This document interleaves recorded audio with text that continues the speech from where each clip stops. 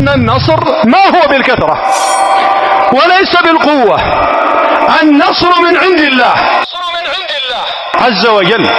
ولهذا قال الله جل وعلا: قال الذين يظنون أنهم ملاقوا الله كم من فئة قليلة غلبت فئة كثيرة بإذن الله والله مع الصابرين. ولما برزوا لجالوت وجنوده قالوا ربنا أفرغ علينا صبرا وثبت أقدامنا وانصرنا على القوم الكافرين. قال فهزموهم بإذن الله وقتل داود جالوت وآتاه الله الحكمة.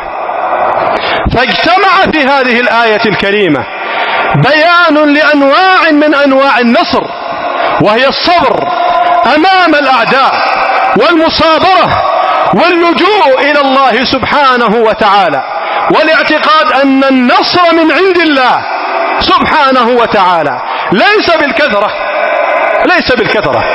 ولهذا الصحابة لما قالوا يوم حنين لن نهزم نغلب من قوة حصل ما حصل.